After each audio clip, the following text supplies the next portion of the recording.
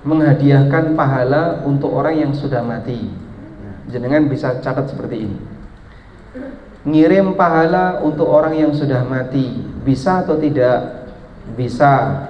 Dengan syaratnya siji, cuma satu saja. Agamanya sama. Alias sama-sama orang beriman. Saya ulangi ya.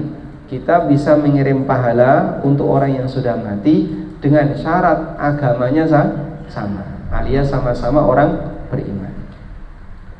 Sehingga orang beriman bisa ngirim pahala kepada orang beriman yang lain. Kalau enggak beriman, Pak, nggih nyuwun pangapunten, bapak saya itu matinya non muslim, Pak. Nggih mboten saged, putus.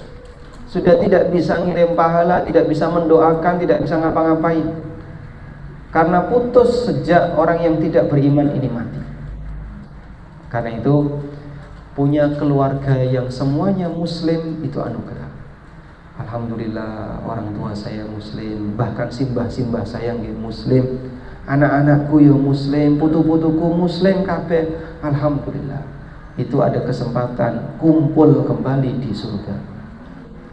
Allah Subhanahu wa taala mengatakan, walladzina amanu wattaba'athum dzurriyyatuhum biimanin alhaqna bihim dzurriyyatahum.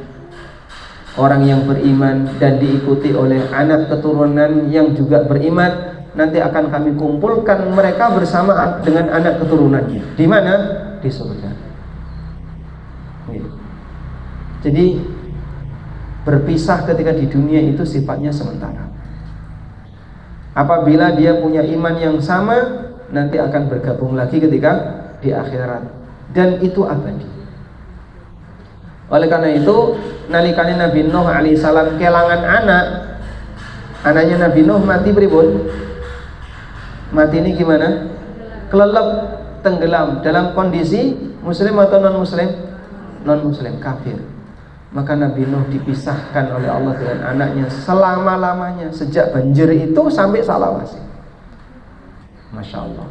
Dan itu ujian yang luar biasa bagi Nabi Nuh. Beliau sedih, wes kelangan anaknya tidak beriman, sehingga tidak bisa kumpul kembali dengan anaknya.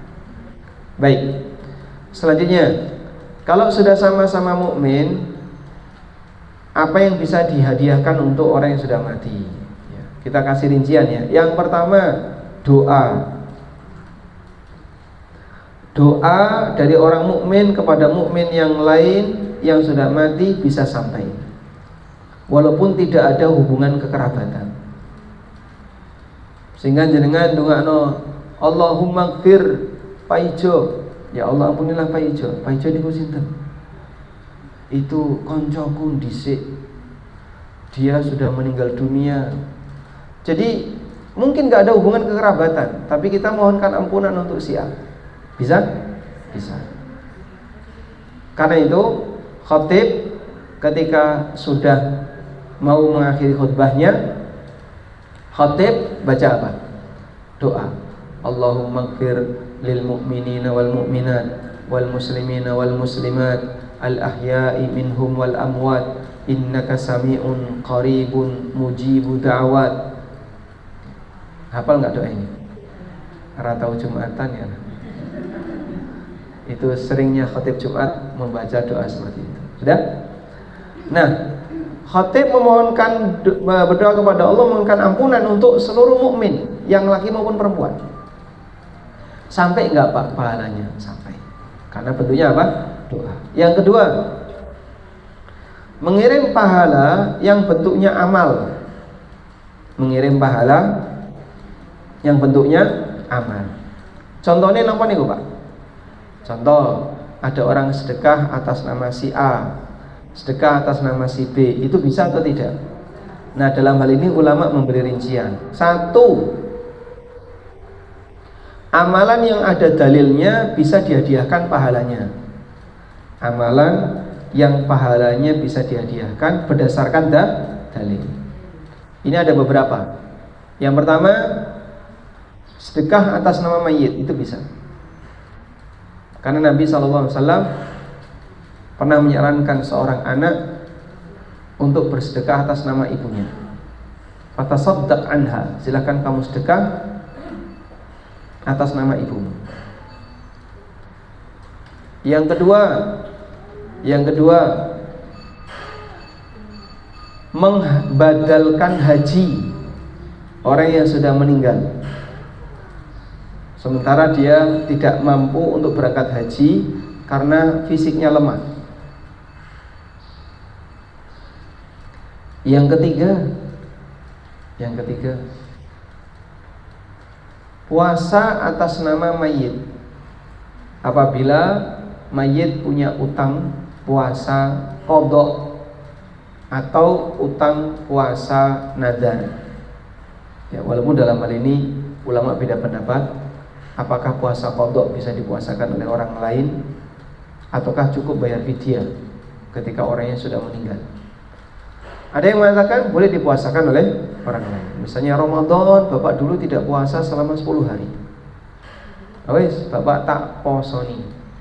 Akhirnya anaknya puasa qadha atas nama bapaknya. Tapi pendapat yang benar tidak boleh seperti itu. Cukup bayar fidyah. Bapak enggak puasa berapa hari? 10 hari. Kamu bayar fidyah 10 hari. Sabut? Baik. Ini amalan-amalan yang pahalanya bisa dihadiahkan kepada mayit berdasarkan dalil dari hadis Nabi SAW.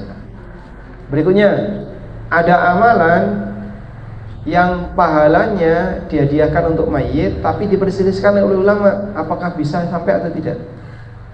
Ulama beda pendapat. Contohnya apa, Pak? Contoh menghadiahkan bacaan Al-Quran. Jadi misalnya keluarga ngundang satu RT, monggo mangke kumpul tenggen kula. Ada apa? Kalian kalau bisa membacakan surat Al-Baqarah untuk bapak saya. Wah, ora sanggup nih Al-Baqarah. Nek Yasin gimana? Nah, Yasin ku terlalu pendek ya. Saya mintanya Al-Baqarah biar dawa. Ya wis, Yasin karo Al-Baqarah double. Tapi beseke ya kudu gede. Nggih. Pernah lihat kayak gitu? Ada orang yang ketika meninggal itu yang hadir yasinan rame. Ada yang sepi. Kenapa? Tergantung besek. Nggih, nek sing mati ku wong sugih sing teko rame. Kan nanti pasti pemberiannya bagus. Nek sing mati wong rada ora sugih, sepi. Nggih. Terus Bu, ngeten niku. Masyaallah. Dah. Nah, saya ulangi, menghadiahkan bacaan Al-Qur'an untuk orang yang sudah meninggal ada dua pendapat di sana. Ada yang mengatakan tidak boleh dan tidak sampai. Tidak boleh dan tidak sampai. Ini pendapat yang disampaikan dalam mazhab Syafi'iyah dan Malikiyah. Syafi'iyah dan Maliki dalam hal ini sepakat bahwa menghadiahkan pahala untuk mayit itu tidak sampai. Yang kedua mengatakan bahwa menghadiahkan pahala untuk mayit pahalanya bisa sampai. Dan ini pendapat Hambali dan Hanafi. Begitu? Terus saya harus pilih yang mana Pak Ustaz? Ya monggo, jangan mau pilih pendapat yang mana. Saya pilih yang Malikiyah, berarti tidak sampai. Saya pilih Syafi'iyah, berarti sampai. Wallahu a'lam. Gitu. Baik, selanjutnya.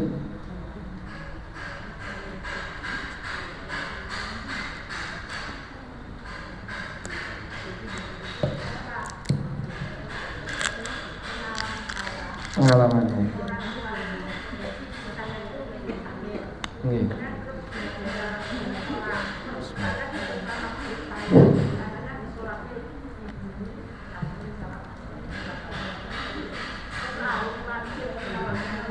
Berapa lama beliau nggak sholat ketika sakit?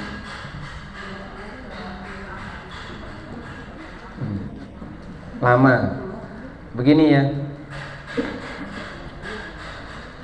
Kalau orang itu sudah hilang akal alias pikun, misalnya ibu sudah berusia 80 tahun, tapi ini pun boten kiblat ya Pak. Maksudnya pripun? Wis ra eling apa-apa kadang. Arep ning ndi, Mbok? Jumatan. Oh, dina Selasa kok Jumatan tuh. Dan itu perempuan karena dulu mungkin dia sering Jumatan. Sini ki Selasa, Jumat kok iki kok malah Selasa. Wis mangan rong piring pun dereng. Durungnya aku urung dikei mangan padahal sudah makan dua piring. Itu kenapa? Penyakit demensia, pikondo. Maka yang seperti ini sudah tidak lagi wajib loh salat. Yang kedua, akalnya masih ada, tapi gerakan fisiknya terbatas. Pak Ustadz, ini kok mau ngeloro-loronan, hanya bisa tidur di atas ranjang. Lah terus niku sholatnya pripun? Ya sagete. Bisa nggak dia diajak sholat? Nggih niku wangel karena sakit. Jadi ketika diajak sholat baru dapat 2 rakaat wis turu. Tapi akalnya berfungsi. Cuman karena fisiknya yang lemah, jadi gampang merem. Ya enggak apa-apa. Yang penting pokoknya dia sholat sebisanya. Nah nanti disarankan yang bersangkutan jadi makmum sehingga ada yang jadi imam, yang sakit ini jadi makmum. Wallahu a'lam.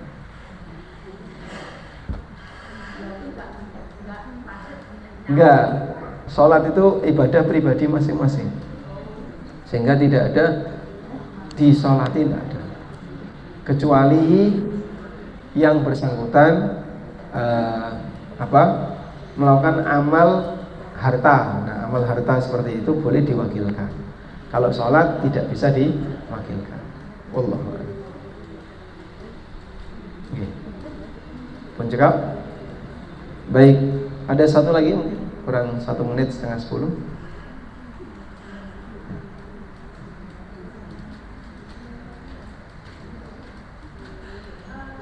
Baik, silakan.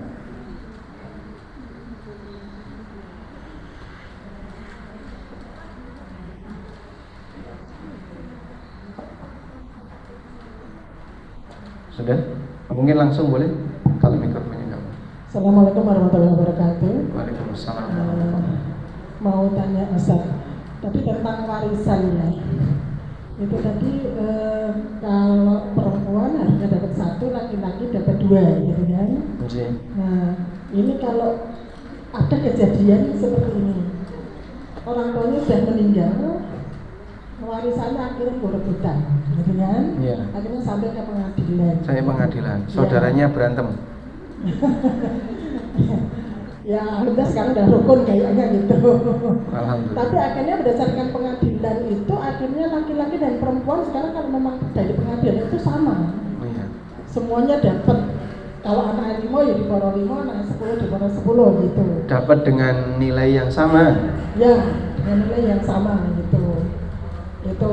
Nah, terus ini kalau pihak perempuannya itu dikatakan dolim atau tidak, karena itu keputusan dari pengadilan. Nah, dari pengadilan itu kan otomatis dia udah tahu-tahu itu dapat sertifikat bahwa itu atas nama si A, si B, si C misalnya gitu. Oh gitu. Ini akhirnya gimana kalau seperti ini, dikatakan termasuk yang dolim itu atau tidak, atau harus mengembalikan kepada yang sedulure lanang gitu misalnya. Terima kasih Ustaz. Assalamualaikum warahmatullahi wabarakatuh. Waalaikumsalam warahmatullahi wabarakatuh. Ya, jika memang diputuskan di pengadilan tapi tidak sesuai dengan hukum Allah, ya boleh kita sebut itu zalim. Nah, kue menang, tapi kan sudah jadi keputusan pengadilan. Keputusan pengadilan kan karena kamu yang gugat di sana. Padahal sebenarnya kamu tidak berhak. Makanya Allah mengatakan dalam Al-Quran, وَلَا تَأْكُلُوا أَمْوَالَكُمْ بَيْنَكُمْ بِالْبَاطِلِ وَتُدْلُوا بِهَا إِلَى الْحُكَّامِ لِتَأْكُلُوا فَرِيقًا مِنْ أَمْوَالِ النَّاسِ بِالْإِثْمِ وَأَنْتُمْ تَعْلَمُونَ. Jangan kau makan harta orang lain dengan cara batil. وَتُدْلُوا بِهَا إِلَى الْحُكَّامِ, dan kau berlindung di bawah keputusan hakim, berlindung di bawah pengadilan. Padahal itu memakan hak orang lainnya, kayak gini dia berdosa. Begitu?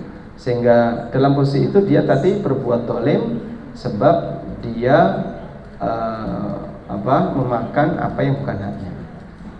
Mohon maaf, Pak Ustadz, sebetulnya yang wanita bukan yang nuntut, jadi itu yang nuntut satu anak laki-laki dan anak laki-laki memang lebih dari satu itu. Yang lain bersedia nggak anak laki-laki yang lain? Akhirnya semua ya sekian Akhirnya adanya gitu. Tapi yang perempuan itu sebenarnya dia itu rezeki nongkrong lebih banyak. Ya. Harusnya dapat satu, tapi akhirnya kan dapat sama laki-laki dan perempuan gitu. Okay. Jika demikian, mungkin perlu tanya kepada laki-laki yang lain yang tidak mengusulkan itu. Kalau kita lain pun sama itu. Kalau sedaya pun ridho. Ada hasil keputusan pengadilan Semua menerima. Tapi nggak ada sengketa setelah itu. Enggak, makanya sekarang udah dikatakan ya dukung kembali. Masya Allah, alhamdulillah. Okay. Kalau semuanya sudah ridho, enggak apa-apa. Tapi kalau masih ada salah satu yang nggak ridho, baik jenengan karena nggak ridho tak hitung ulang. Nah, berarti jatah jenengan sekian, ini tak kembalikan. Dibayari pakai duit. Alhamdulillah. Baik, pilih mana? Warisan banyak berantem atau nggak punya warisan akur?